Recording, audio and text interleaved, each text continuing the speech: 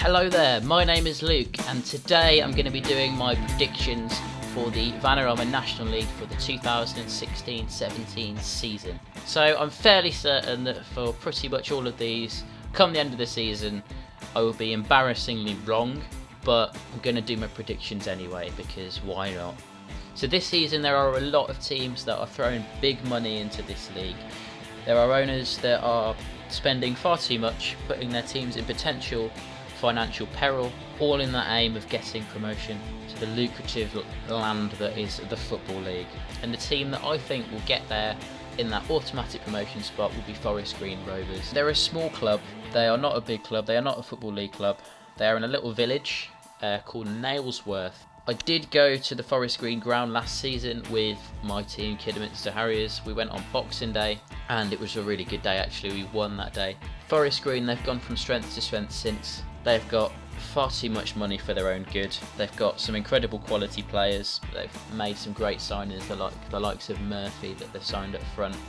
He's certainly going to get them goals. So I think that they've got more than enough this season to get that promotion. In second place, I've gone with York City. Now, they are obviously coming down from the Football League. They are getting their parachute payment, which I believe is something like 800,000. Not 100% sure on that, but it's quite a lot of money. And they have gone and spent it on pretty much the entire new squad. They've made 19 new signings at the time of recording this video, which is incredible considering it's only mid-July. And these signings were all sort of completed weeks and weeks ago. It's a completely new squad. How are they going to gel? But they've made the signings early, and for me they are some brilliant signings. They've signed the likes of Jan Klukowski from Newport County, who I think is a quality player. Also Scott Fennick up front, who's going to score a lot of goals for them, I think. Then the likes of Daniel NC was in the team of the season last season in the National League North for Worcester City. They've signed him on for something like $5,000, some really small fee. In previous years, I wouldn't have put them as high as second, but the fact that Cheltenham Town last season did exactly the same thing,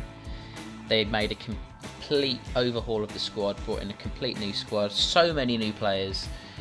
York City are doing the same. I think that they'll be more than good enough to get up into the playoffs. In third, I've put Tranmere Rovers because they are a big club. They are not a non-league club. They have a really nice ground, Prenton Park. It's a really nice ground. It's not a non-league ground. They are not a non-league club. They get massive attendances. They should be up in the playoff. In fourth is Eastleigh, and I echo what I said about Forest Green. Another small club that's got a lot of money, far too much money for their own good. Eventually, if these sorts of teams don't get promotion, then their owners will get bored and leave, leaving the teams in financial peril. But at the moment, the future is looking very bright for Eastleigh, and I think they'll be good enough to get into the playoffs. Dagenham and Redbridge I'm putting in fifth. Now, they have encountered some dodgy financial times at the minute, but again, they're getting their parachute payment.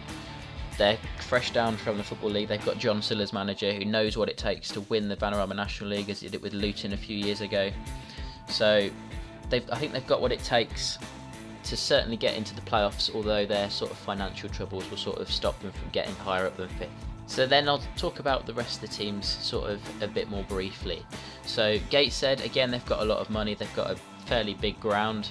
They've made some good signings. Barrow, they have lost their main goal scorer, Andy Cook, to Tranmere, which is a big loss for them, but they have supplemented that by bringing in Ross Hanna from Chester. So I think they're going to be propelled up the league again, and I think they're going to be one of the dark horses of next season. Wrexham, fan-owned club, they're a really historic club, big club in Wales. Lincoln City, they could well get into the playoffs with the Cowley brothers in charge, bringing up basically half of Braintree up to Lincoln. You can't write them off. Then there's Dover. They got playoffs last year. I don't think they'll be able to replicate it because they have lost Stefan Payne, who was their main goal scorer. So I think it'll be hard to replace someone of the number of goals that he scored. And in 11th, I have gone with Aldershot because again, they've made some really clever signings this summer. Torquay in 12th, I think they'll use their unbelievable great escape last season as a bit of a springboard for them to sort of propel further up into mid-table. I don't think they'll get as high as the playoffs, but I think they'll definitely be well clear of the relegation places this season. Macclesfield, they're the masters of creating a seemingly brilliant squad on virtually no money. You would never know that their squad was made on an incredibly small budget because they've got some real quality there. But I think, again, like they did last season, their wheels just came off the season. They started off fairly well and then it just crumbled away a bit, and I can't see that being any different. They haven't really made any incredible signings that will really change it, but again, they're going to be solid enough to survive relegation, even though their budget is sort of a relegation budget. So Solihull Moors, for me, they will finish the highest out of all the promoted teams. They have got a goal scorer in Akwasi Asante. However, when he was with Kidderminster Harriers, my team didn't score a single goal on the entire season. So maybe National League North is his level, but probably more like he just couldn't play well for Harriers, because no one ever does. Woking, again, a little part-time team. I don't know why they haven't gone full-time yet. They get decent crowds. They've got a really good squad. Them not going full-time is sort of holding them back. They've been a solid sort of mid-table team, pushing on playoffs the last few years. But I think that the increasing quality of this league, they're sort of going to be left behind a bit, but I'm happy to be proved wrong. Braintree, pains me to put them that low, but that's probably where everyone was predicting them last season. And then they went and got in the playoffs, but half of their team's left. Their management's left. The Cowley brothers have gone to Lincoln. Their captain Kenny Davis has gone to Boreham Wood. They've managed to keep Simeon Akinola, and that's crucial because he is an absolutely quality player, one of the best players in non-league in my opinion. I don't think that they've got the nucleus of the team that they had last year, that they've built up over a long time. I think they'll fall right down because teams are expecting them to be a lot better now. Boreham Wood down in 17th.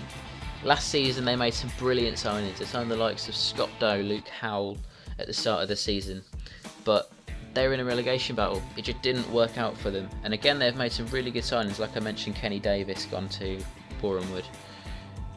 But I still don't see them being any higher than 17th. Sutton United, they obviously had an incredible second half of last season in the National League South, coming through to finish in first, ahead of Ebbsfleet. I have no idea how Ebbsfleet didn't win the National League South last year, but fair play to Sutton United. They went and won it. I think they'll finish 18th, which will be solid for them. Southport, they've got an inexperienced manager in Andy Bishop, who had a decent spell at the end of last season in charge. Will he be able to see them through the entire season? I have no idea, but they're generally every season in a relegation battle, and I don't see it being any different. Chester, another fan-owned club, a Phoenix club, fairly new, but I think they're going to struggle now that they've lost Ross Hanna, a big goal scorer for them last season, and was one of the main reasons why they were clear of relegation. But obviously then they struggled towards the end of the season. They were getting pulled down towards the relegation places slowly, and I think that could happen this season, although I don't think they'll go down. So now into the relegation places, and for me, Bromley are going to finish in 21st because they have lost Moses Emmanuel. In the last couple of days, he has announced that he is going to be leaving and going into the Football League, which is absolutely gutting for Bromley because he was their top scorer last season, one of the top scorers in the league. So what a massive loss that is for them. Maidstone United, they got through the playoffs last year in the National League South. I've got a feeling they'll probably be higher than 22nd, but I'm going to put them in 22nd just because they are a new club to this level. They've sort of risen through the non-league pyramid fairly quickly over the last few years. So I think they need to sort of find their level, and will it be the National League or will it be the National League South? I don't know. 23rd, I'm going to put Guiseley, again another little club that struggled last season, just survived relegation on the last game of the season, but with the increasing quality of this league, I think they're going to struggle next season. Then North Ferriby, unfortunately they get the booby prize of getting predicted 24th on this list. Unfortunately for me, North Ferriby will struggle. I think they'll finish last, simply because their management team has gone to Halifax, half their squad has gone to Halifax. Although they have got a fair bit of money, I think, they are going to struggle because it tells you about the stature of the club when their management team decides to leave and go to a team in a lower division in Halifax. So thanks for watching. The preview for the National League North and National League South will be up very soon, so stay tuned. And here is the fact of the day.